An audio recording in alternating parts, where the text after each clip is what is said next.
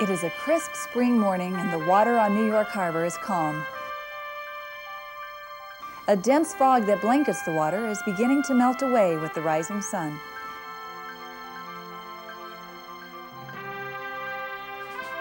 In the distance, the giant grayish-green shadow of a figure begins to appear through the clouds. It is over 300 feet tall and has eyes that gaze out over the harbor.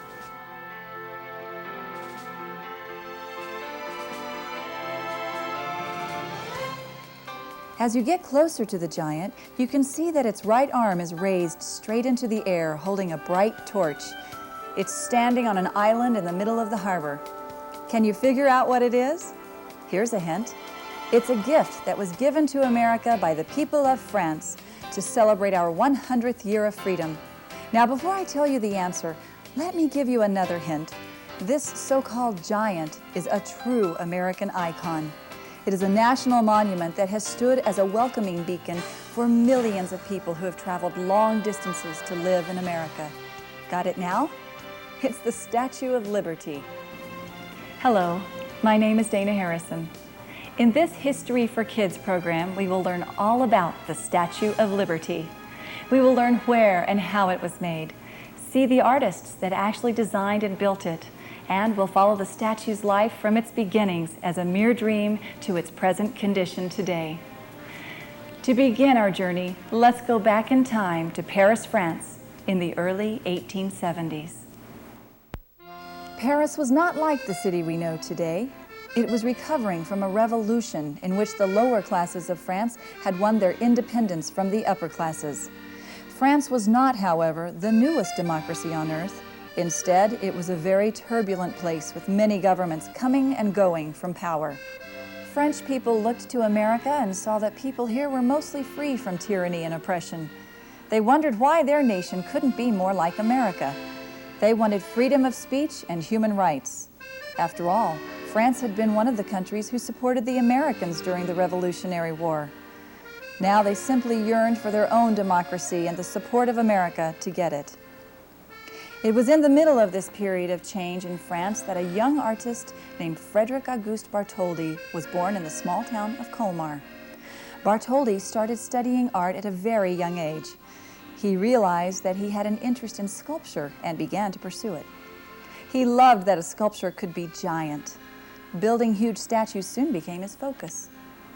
Bartholdi had always been interested in America.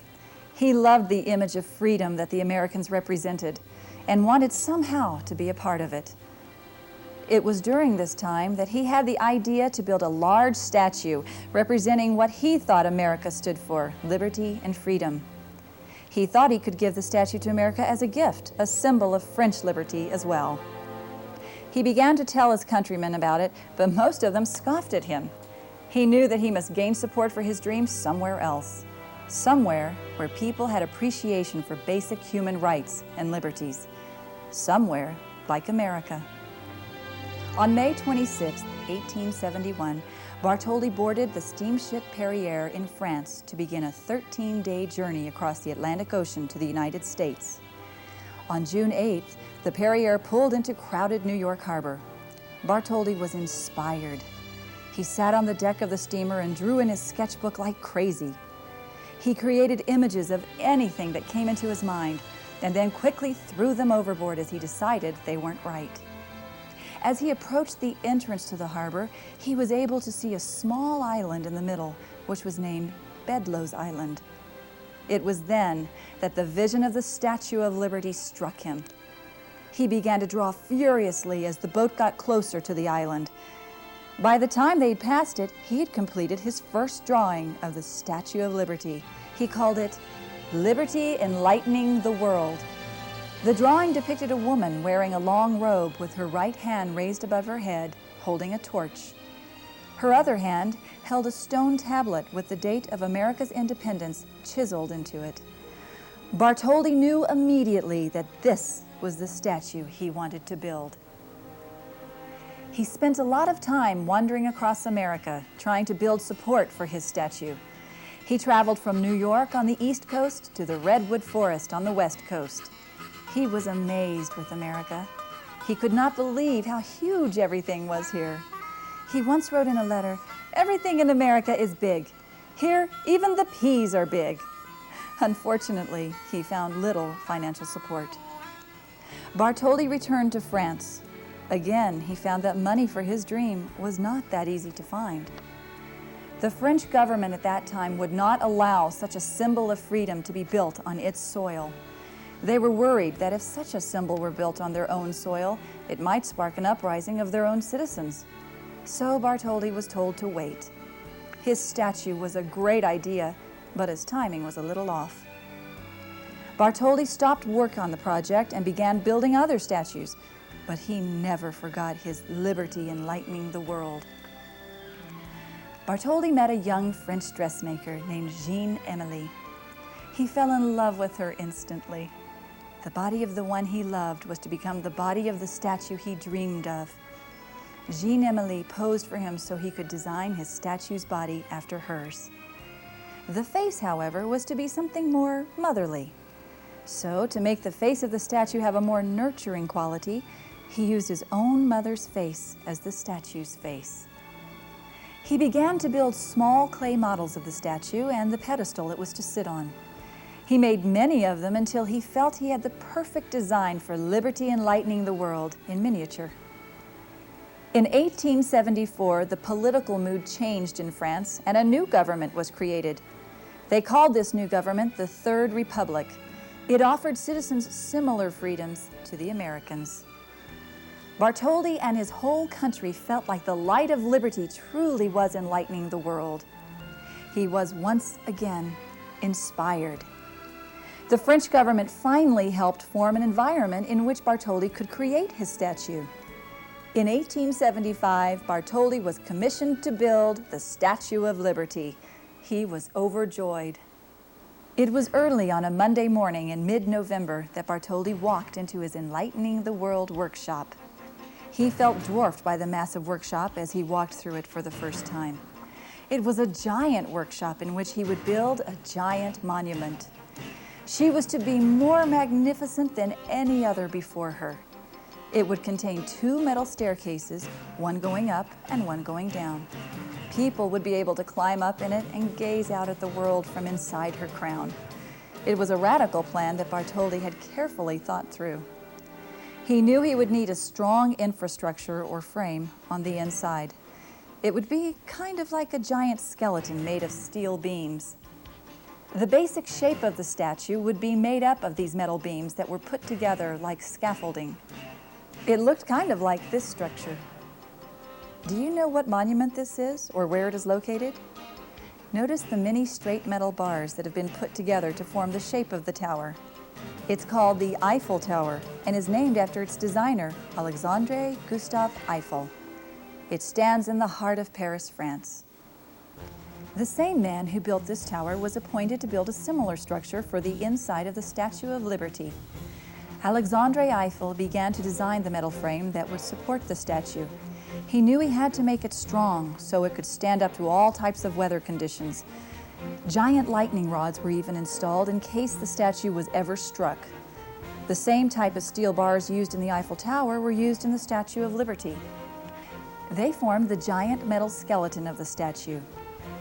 This was an important base on which the artists could attach the huge pieces of copper skin that make up the outside of the statue. The great monument was originally scheduled to be completed and delivered to America by 1876, in time for the 100th birthday of the United States. This goal for completion soon proved to be impossible. Even with as many as 20 craftsmen working around the clock, there was no way the entire statue could have been completed in time. Instead, Bartholdi, Eiffel, and the others decided that a piece of the statue would have to do. They would concentrate on building the right arm with the torch in its grip. They knew they could get at least this done in time for the centennial celebration, and they did. In 1876, the right arm of the Statue of Liberty arrived in Philadelphia, Pennsylvania for the Centennial Exposition. It held its torch high above the fairgrounds. The hope was that showing off the arm would help in raising money for the entire statue to be completed. Bartholdi traveled with the arm to America while work on the rest of the statue continued in Paris. He stood next to it proudly at the fairgrounds and happily greeted all who stopped to look at it. On July 4, 1876, Bartholdi visited New York to view the site where the statue would rest. He saw the island which had first inspired him. It had been some time since he had visited Bedloe's Island, but he still remembered exactly what it looked like. It was a good-sized island covered with green grass. An old abandoned military fort was positioned on its southern edge. Bartholdi took great care in deciding the direction Lady Liberty would face. He stood on the top of the fort and looked out over the city, and then the other way over the ocean. After some time, he decided that the pedestal for the statue should be built on top of the old fort, facing southeast. It would greet all who entered the harbor. He wanted the statue to be a welcoming light to all the immigrants from all over the world. He envisioned his statue being the first thing that people coming into America would see, a massive monument to liberty. It was at this moment that Bartholdi began to refer to Bedloe's Island as Liberty Island. The name would not officially be changed until 1956. Bartholdi then toured the northeastern United States trying to raise money for his project. He went to every town and city he could and talked to anyone who would listen. For months he worked hard, but it was beginning to wear him out. He had left his only true love back in France and now yearned for her. In the fall of 1876, Jean Emily came to America to be with Bartholdi. It was then that they were married. In January 1877, Bartholdi and his new bride returned to France. Bartholdi immediately began overseeing the building of the statue. The workshop that had once buzzed with the activity of many men had been silenced by the lack of money. The mammoth statue was far more expensive than people thought it would be, and donations for the cause had run slim. Bartholdi and his crew had spent all of the money that was supposed to be enough for the entire statue. In fact, it was only enough to build the right arm and half of the statue's head.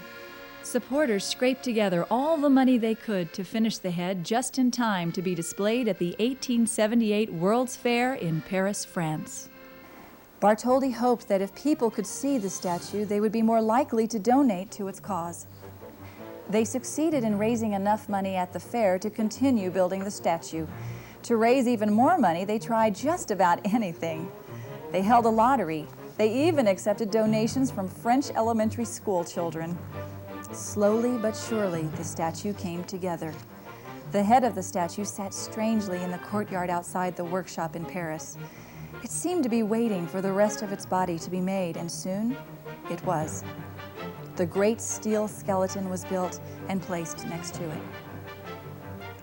It took a great deal of time and effort to clothe the Lady Liberty in her handcrafted copper skin.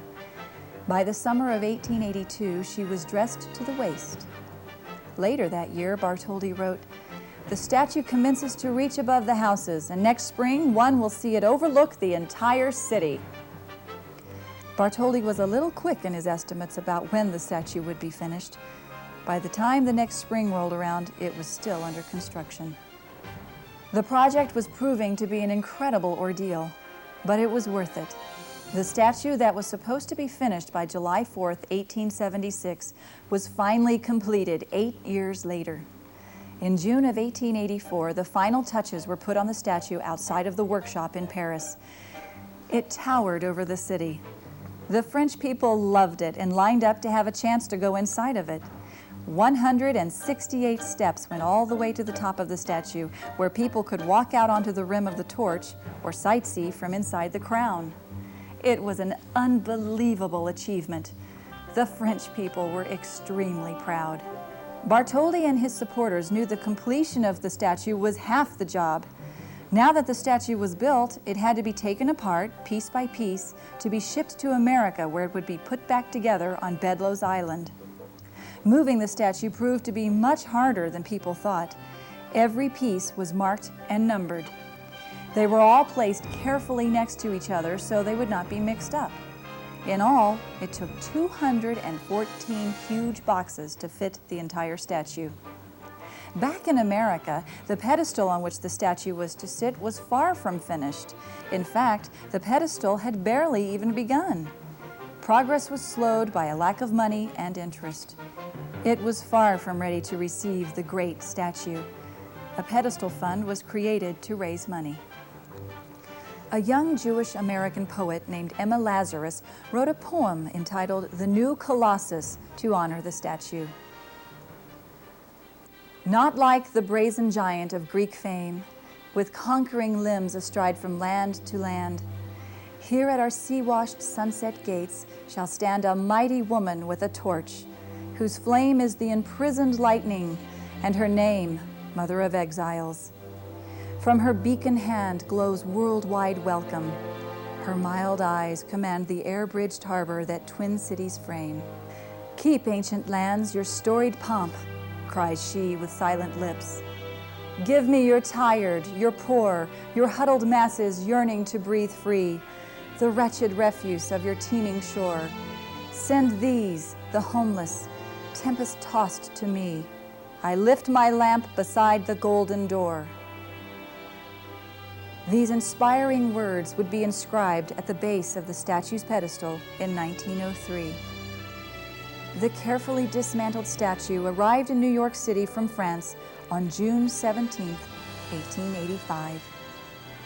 It was carried by a giant freight ship that was escorted into New York Harbor by 92 welcoming boats. New York City was described to be one loud cheer for 24 hours. The arrival of the statue was a grand event, and New York City celebrated with the largest parade they had ever had. It was a great gift from the French people, but it would be some time before it would be erected in its full glory.